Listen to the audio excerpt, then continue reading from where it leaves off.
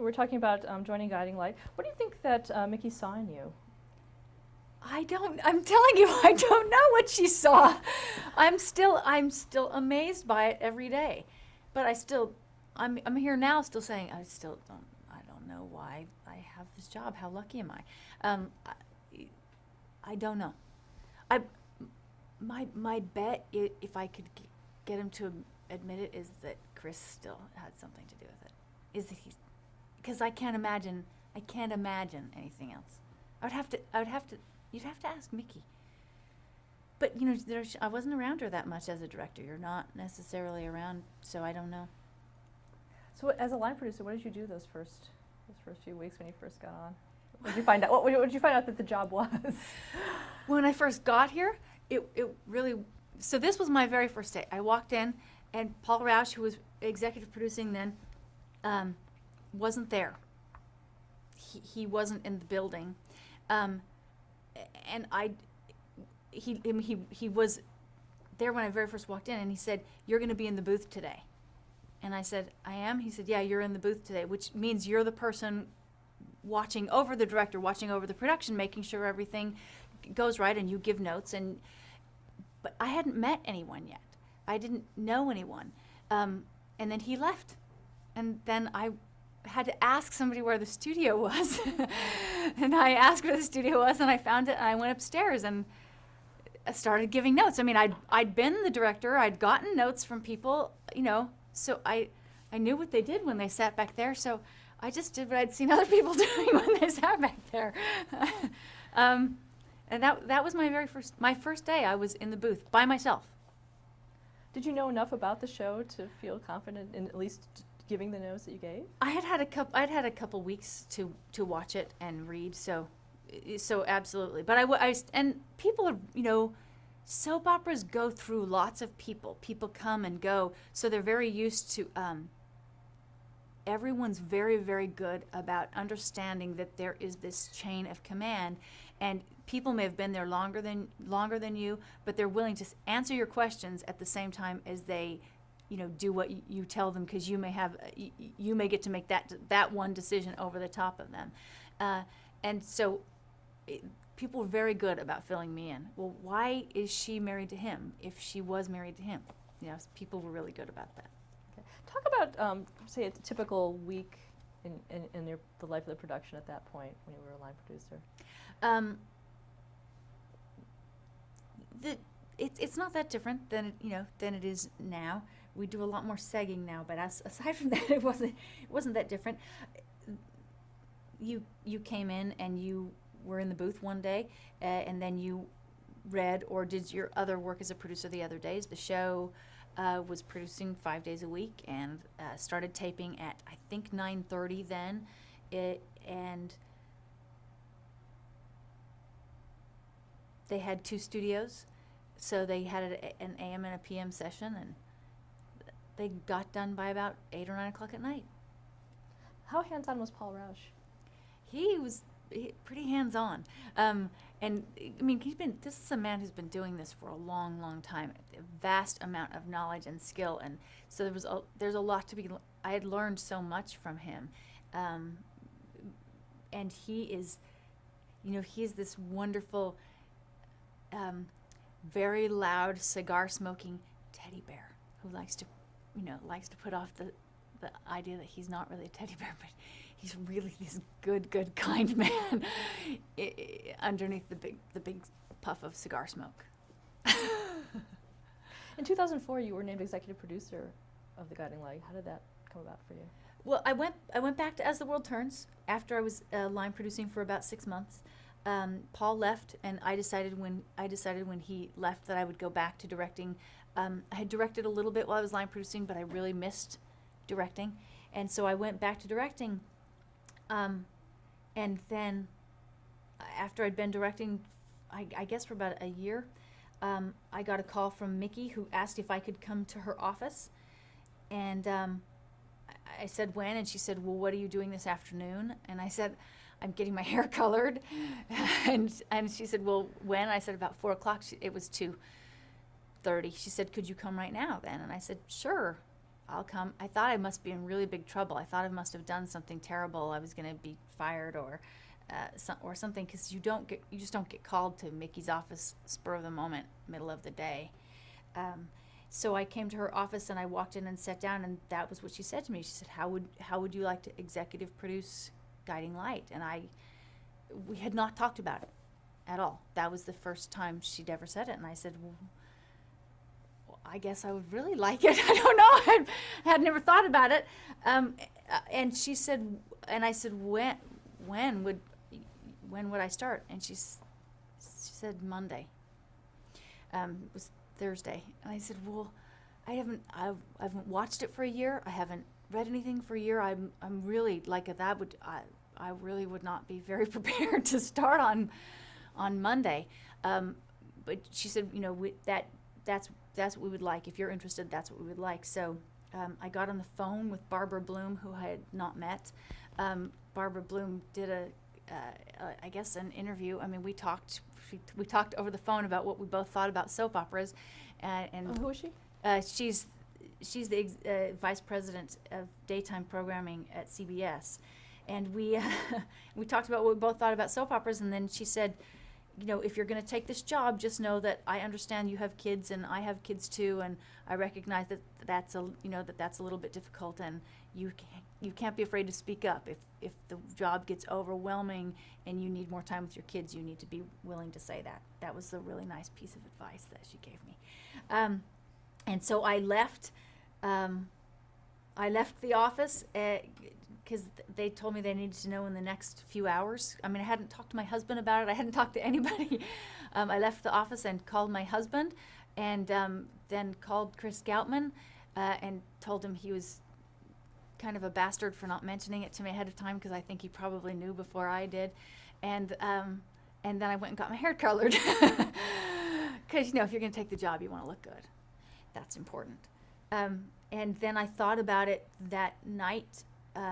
Went home and talked to my husband, thought about it, and called Mickey the next morning. I was directing the next day at As the World Turns. So Mickey and I hammered out a contract in between my directing. Because I was sitting in the chair, so every time we finished a scene, I would call and we would hammer out a few more details on the contract. And by noon, I had accepted and signed the contract. And then they sent over 3 or 4 boxes of stuff, and I started reading over the weekend. Talk a little bit about Mickey. Who is she?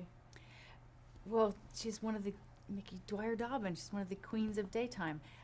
She was at ABC when I was at ABC, and she's been practically everywhere. I don't know if there's a show in daytime, that she hasn't touched in some way or another, because she's worked with practically everyone. So she's had a vast amount of influence over all of us. She's hired and fired a lot of people, but she's really good. I mean, I've really good to them. I don't mean just good at her job. She's really good to them. Really, really good to those people. Whatever it was that she saw in me, it changed my life. What Mickey did changed my life, and will always be incredibly grateful to her for that. Okay. And when you were named executive producer, did you have any vision for the show? Did you want to change anything? Well, it's hard to come up with a vision between Friday at noon and Monday at 9 a.m. When I thought about it again, having gone through that experience that I went through with Another World, and it going off the air, and knowing what that history had come to mean to me, my only vision for the show would be the same one I have now. I want to honor that history by being all the things that Guiding Light has ever been, but what has made the show great is that it doesn't stay the same. It changes as our American life changes. So I wanted to honor that by staying true to those roots, in the same way that you would stay true to what your family's roots are, or stay true to the religious roots that you have, or the economic roots that you feel like you have, whatever those kinds of things are. So I wanted to stay true to that, but still move forward. Things progress and things grow and change, but they grow and change based on what they were. So I certainly wanted to, there's a rich history here. And I wanted to be true to that rich history, to that sense of family and that sense of relationship that Guiding Light is so, so good at. And yet make sure we keep going, keep going forward. Keep chronicling that life that's happening here in the United States of America. How has the show changed in those last 2 years? Like I said, I really wanted it to come back to being about family and about how people interact with each other. And when I say family, I don't mean necessarily just a mom and a dad and 2.3 kids. Whatever your family is. Sometimes your family is a group of friends, and sometimes your family is the people you're at college with, and sometimes your family is a mom and dad and 2.3 kids, and sometimes your family is a whole community of people. And it was really important to me to explore all of that, those relationships here and what they meant. I'm okay. I don't care if we have guns and car crashes and all that. Like those are wonderful things. And we tell the stories about our families because those guns and car crashes happen to them. But I don't want the show to be about the guns and the car crashes. I want it to be about what the guns and the car crashes do to those families in the show. And I feel like we've done that. And the town of Springfield itself. Talk a little bit about that. Well, it's a pretty wonderful town. I heard once that there was a Springfield in every state in the United States, which I've actually looked up, and it's not true. But there are many, many, many, many, many Springfields. I think incorporated there's 38, something like that. I think there's 30 some odd incorporated Springfields. So I'm positive when they chose Springfield, that's why they chose it. When they chose that name, is because it should represent that everywhere in America, anywhere and or everywhere in America. And the Spaldings represent, all the people with money and power. And the Coopers represent all of the people who are blue collar and having to make, struggle to make ends meet. And the Bowers represent all the people in the middle class. And it should feel like a slice of some part of life that you know or I know. Who do you think is your audience? All those same people. Some of the Spaldings and some of the Bowers and some of the Coopers. And of course, I would say mostly people who are home in the day, although, VCR has helped that a lot. Although if I say VCR, even now that's, old-fashioned. DVR has helped that a lot. And I could say all the things that I think we think soap opera viewers are. Like we think they're, women who stay at home, which in the beginning I suppose was a lot more true when there were 3 channels and women, didn't work outside the home very much. But I know when I played Cindy on All My Children, it wasn't 95% of my letters were not from women who stayed at home. So I think our viewers are everyone, a little bit of everyone. Are you on set during shooting? I want to talk a little about production. Am I on set? Well, sometimes I'm everywhere during shooting. Sometimes I'm in the booth, and sometimes I am actually still on the set, which I think makes everybody really nervous. And sometimes I'm up in my office where I have the feed, and sometimes I'm in a meeting. I'm a little bit of everywhere. How late have productions gone for you? I don't like production to go late. Not only does it spend money, but we do so many hours and we're here so many days.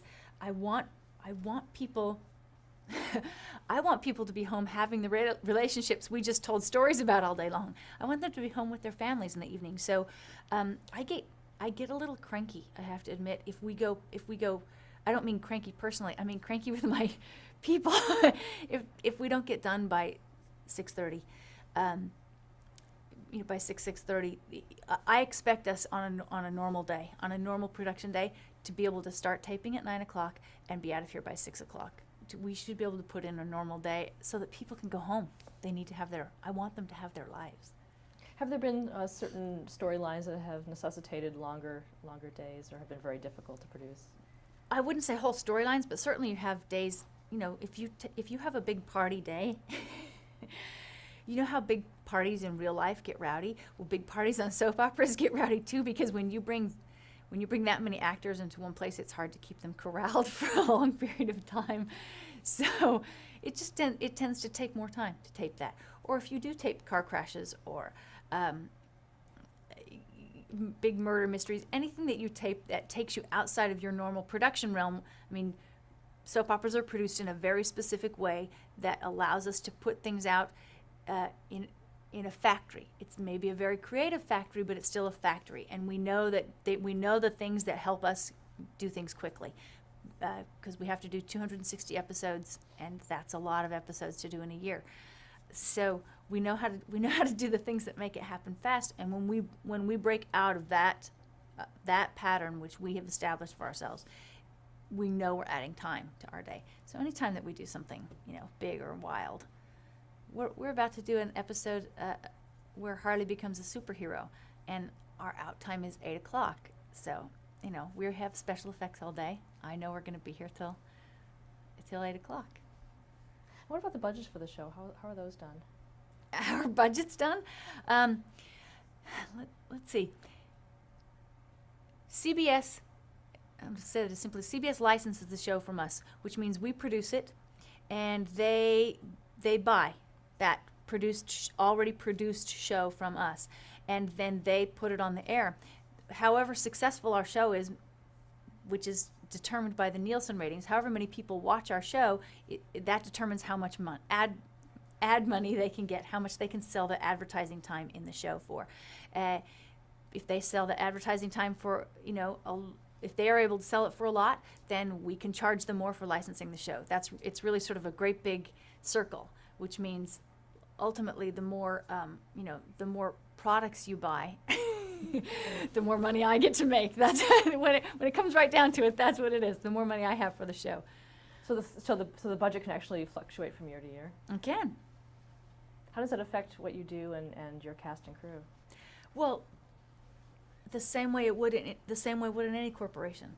I'm the producer, but it's kind of like being the CEO. The same way it would anywhere. When there's more money, then you have more capital to do things with, and when there's less money, you have to make decisions about what things you can pare back on and still put out the same, try to put out the same product.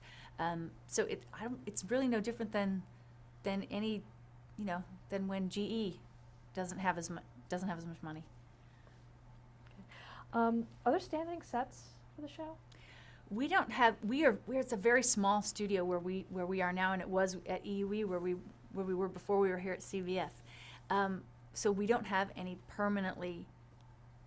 absolutely permanently standing sets. I wish we did. That would be such a great thing. Fans and the soap press kind of joked a bit for a while when they said that the characters at Springfield, all of them seem to live at the Beacon. Well, the Beacon isn't a standing set, although it may stand longer now because we just redecorated it and it's harder to take up and down. So it's not that it was a standing set. It's just that because we have this live-in hotel, a hotel where people can live, and we have a very small space. We have room for 6 sets. So even if we start putting sets up and down, we couldn't possibly put 6 up and down every day. There's not even the time from the time we get done taping on one day to take down 6 sets and put 6 new ones up the next day. So even if we had the time, we just couldn't do 6 new ones a day. So at the most we can possibly do a new one every day, which allows us, 9 to 12 sets in a week. Well, at 9 to 12 sets in a week, you're gonna run out of places for people to go. So we actually just like that everybody has a place to live. So do they on lots of. I'm trying to see. I won't be able to think of it now. So do they. What was the very popular nighttime show where everybody lived in the same apartment building? Comedy or Drama. See, I didn't watch it because I was directing Melrose Place? Melrose Place. See, everybody lived in the same apartment building. Nobody seemed to mind it then. What about on location shooting? Do you love that? Love on location shooting. We all love it because we, like I said, since we have this factory. Thanks for thinking of Melrose Place, by the way. Since we have this sort of factory way that we do things, whenever we get to break out of that mold, whatever it is, it's fun. It's fun for all of us. It's like a big adventure and a big party, and we've done a lot of location shooting actually in the last couple of years. Really small locations. We've kept them really small so that they're still very controlled for us, but it's always fun. You have to deal with challenges you don't have to deal with, like the weather. Who's the head writer on the show? David Kreisman. Talk about working with him. It's great. First off, he's just kind and lovable and fun. He has a wife and 2 kids, and he's a really good guy, a really good, normal, solid guy with a solid marriage and a solid family, and he's not too wild and wacky, and he puts all that wild and wackiness into his writing. But he's incredibly talented and incredibly devoted to the show, and has such a good vision of these characters, a good understanding of them, and he loves the characters, and he loves creating new situations and new things for them, and he makes my job very, very easy. When do you see the scripts?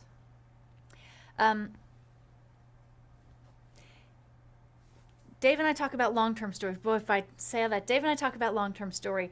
We may be planning story as far as a year, sometimes even further than that, but certainly as far as a year out. We're very, very well versed in what we think the story will be over the next 6 months. And then every week Dave writes a thrust, which is what he thinks will happen, in a couple of weeks. And he writes that, and then I read it. He and I talk about some notes on that, and then we give that thrust. He gives it to a team of writers who turn that thrust into breakdowns, meaning they take what he's written to happen in a week and break it down into one day. So they're each assigned a day. They turn that thrust into about a 20-page breakdown, which says Reva and Josh will be in the first scene, and Cassie and Jonathan and Tammy will be in the next scene, and the scenes will take place in these sets. So they know they only have a certain number of sets, because if they go over them, they get in big trouble. They only have between 9 and 12. They lay out where things will take place and who will talk to who in what order in the day, and they write that in sort of paragraph form, and that's what the breakdown is. And that takes about a week. That process from taking thrusts to breakdowns takes about a week. Once they're turned into breakdowns, we read them again, and we give notes on them, and then we pass those breakdowns on to script writers, who turn them into scripts, and that process takes about a week as well. So from the time it's been to a thrust to a script is about 2 weeks, and then once it's a script, the scripts go directly on our process, and it's different at every soap, but in our process, the scripts go from the script writers to Dave Kreisman, who edits them, and once he's edited them, they come to me and I edit them. So I see them 2 weeks after they were written out into a week. But there's never any huge surprises, because we've watched them develop each step along the way. Do you have to pass the storylines to anyone else? We have a meeting. We have a meeting with CBS, and a meeting with where Procter & Gamble and CBS come and at the breakdown stage, and we all talk about the things we like and don't like. But we talk about it. But final approval rests with Dave and I. So.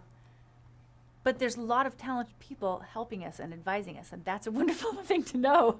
It's nice to know that Barbara Bloom and Richard Mensing are gonna, be on the phone and talk to you, or that Mickey Dwyer-Dobbin is gonna talk to you. And what kind of things are Procter & Gamble and CBS looking for? I mean, what do they try to get out of these meetings?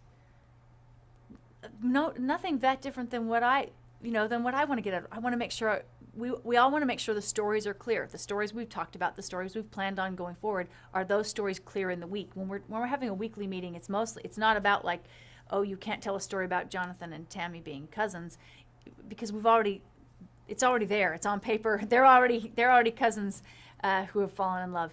It's more. Is it clear? Is it clear, and is it realistic? Is it producible? That's what we're discussing. Do they ever suggest storylines? Yeah, everybody suggests storylines. Everybody in daytime, people on the subway suggest storylines if they find out that you're in daytime. I don't know if there's a. People have fascinating stories, so yeah, and certainly everyone who works at a soap opera has ideas about what they think they would like to see the characters do. Actors suggest storylines for themselves. The girls in the office suggest storylines. Alan Locker might suggest a storyline someday. How do you deal with that? Do you have a diplomatic answer when people, give you your storyline, or how do you deal I with that? say, give me the best damn storyline you can, because if it's really good, we want it. Dave and I talk about it all the time. If there's a great story, we would certainly, we want the best stories. So if they didn't come from Dave or me, that would be fine. If there's a great story to be told, we want to tell it. What to you makes a great story? One I like.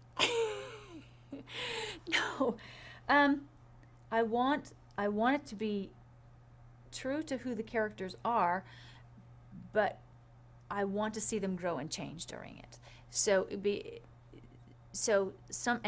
that is painful. Sometimes the growth of a character is painful because it means they may not behave how they have behaved in the past, and because we don't all in real life.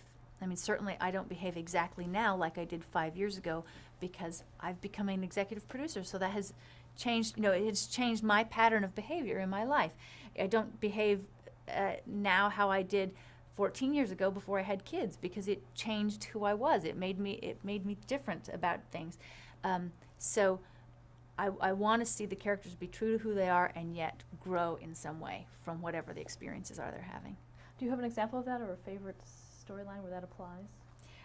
Well, we're telling the story of Riva and Josh and Riva's cancer, and Riva and Josh have been together off and on and off. They're just the best love story that ever existed, and Riva has always been the one who's been out there and wild and full of abandon, and Josh has always been the stable one waiting for her to figure out what she wanted her life to be and come back to him. And as Dave and I talked about this story and then have talked about it since we conceived it to Robert Newman, we wanted to see Josh maybe get to the point where he wasn't just going to wait for Riva to come back anymore, because that was a big change for him. He always has been waiting in the past. Because he would have to make a big change. That's a big change for him. And it's a painful change for Josh. It's not an easy thing for him to change through because it's always been so much a part of him. It's been part of what has anchored him, and certainly part of what has made him who he is. So if that part of him gets taken away and he has to find a new sense of who he is, that's a big discovery for a character. And that's fun to watch someone. You live with these people 5 days a week. When you're at home, you're living with them 5 days a week. So watching them evolve is pretty fascinating. Stop there to change the tape.